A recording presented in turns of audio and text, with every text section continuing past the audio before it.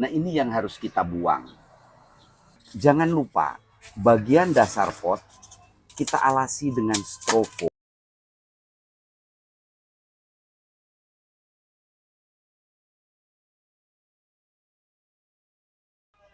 Assalamualaikum warahmatullahi wabarakatuh. Pemirsa, tentunya salam sehat untuk kita semua. Pada kesempatan sekarang ini, saya akan membahas tentang cara menanam tanaman buah di pot atau tabulam pot. Pembahasan dalam kesempatan sekarang adalah ingin membahas prinsip-prinsip utama atau hal-hal utama, langkah-langkah yang harus kita lakukan supaya tanaman buah yang kita tanam di pot bisa tumbuh dengan baik dan subur. Seperti biasa, saya ditemani oleh Mas Dika untuk mempraktekkan daripada penanaman tanaman buah di pot ini. Silakan Mas Dika, kita mulai. Pertama, kita siapkan pot yang sesuai dengan ukuran tanaman. Jadi pot bisa bertahap, jangan langsung ditanam di pot yang besar, tapi bisa kita tanam bertahap karena itu ada baiknya ketika kita pindah pot ke yang lebih besar akan memperbaharui akar-akar yang akan tumbuh sehingga tanaman bisa lebih subur lagi. Setelah kita memilih pot, jangan lupa cek atau periksa lubang pot di bawahnya ini. Kadang masih tertutup seperti ini, jadi dari pabriknya itu masih ada kekurangan lubang-lubangnya. Jadi kita buat lubang-lubang itu tinggal dibersihkan supaya semuanya bagian bawah pot itu memiliki lubang yang baik. Karena ini sangat vital dan sangat penting. Jadi sekali lagi, periksa atau cek bagian bawah potnya, apakah lubang-lubang pot itu sudah bisa memiliki sanitasi air atau sirkulasi air yang baik dengan lubang-lubang di bawahnya itu sudah cukup. Ini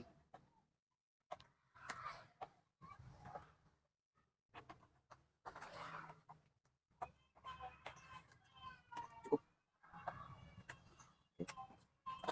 Jadi yang pertama, siapkan pot yang sesuai dan sudah siap. Langkah yang kedua, jangan lupa bagian dasar pot kita alasi dengan styrofoam atau pecahan genteng atau pecahan bata seperti ini. Ini sangat prinsip sekali. Silahkan pemirsa cek di rumah. Ketika tanaman-tanaman yang ditanam di pot, alas potnya tidak dialasi dengan styrofoam atau genteng seperti ini, pasti medianya padat dan pertumbuhannya kurang baik. Tanaman itu tidak tumbuh dengan sehat. Nah, seperti ini. Yang penting bagian lubangnya kita alas. Itu yang kedua. Kemudian yang ketiga, siapkan media tanam yang poros. Poros itu artinya media itu tidak padat. Yang kita buat media ini adalah campuran dari sekam bakar, tanah kebun, dan pupuk kandang. Itu perbandingannya tanah kebun 1, sekam 1, sekam bakar 1, dan pupuk kandang 1. Jadi 1 berbanding 1 berbanding 1, ada 4 jenis bahan media yang kita buat.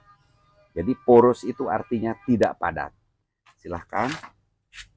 Kemudian isi pot jangan langsung penuh, sedikit aja. Nanti kita cek tanamannya. Nah, tanaman yang akan ditanam di pot yang agak besar ini adalah mangga. Yang paling utama harus kita pahami bahwa nanti yang terkubur itu harus seperti ini. Jadi tidak kita tanam terkubur di bawah atau sampai ke atas. Jadi persis seperti ini yang terkuburnya, makanya nanti disesuaikan. Nah, seperti ini. Jadi tinggal kita urut, kita tambahkan medianya. Ini adalah tanaman mangga, jenis mangga kyojai, termasuk jenis tanaman yang sangat cepat berbuah untuk ditanam di pot. Jangan lupa tekan-tekan bagian pinggirnya untuk mengisi ruang-ruang yang belum terisi dengan media. Ini sangat simpel sekali. Nanti langsung kita praktekkan cara pemangkasan, tapi kita tanam satu pot lagi yang jenis kelengkeng.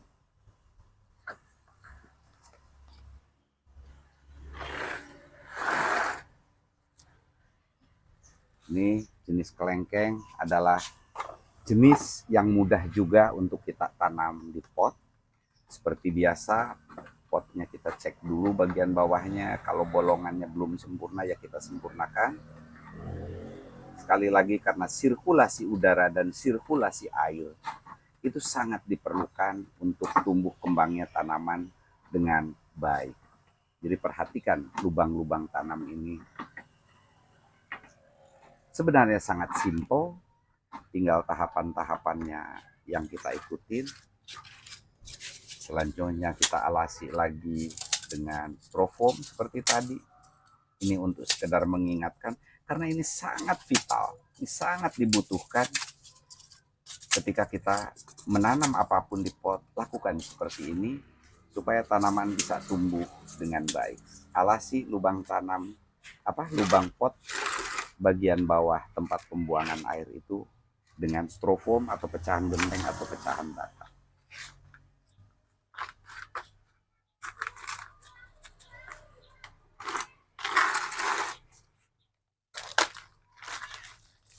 Ini yang lengkeng. Ya.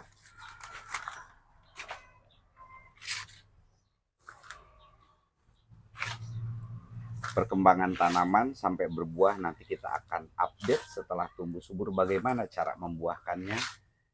Tanaman di pot itu jauh lebih mudah untuk kita mengatur pembuahan. Itulah kelebihan kalau kita tanam di pot. Nah, ini yang lengkeng.